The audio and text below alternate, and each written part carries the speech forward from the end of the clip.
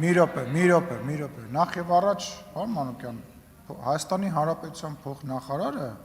իրավունք ունի ձեր տված յուրաքանչյուր հարցին պատասխանի, այնպես ինչպես ինքը կգտնի։ Եթե դա կոռեկտության սահմաններում է, դա թույլատրելի է, նույնը վերաբերվում է ձեզ, եւ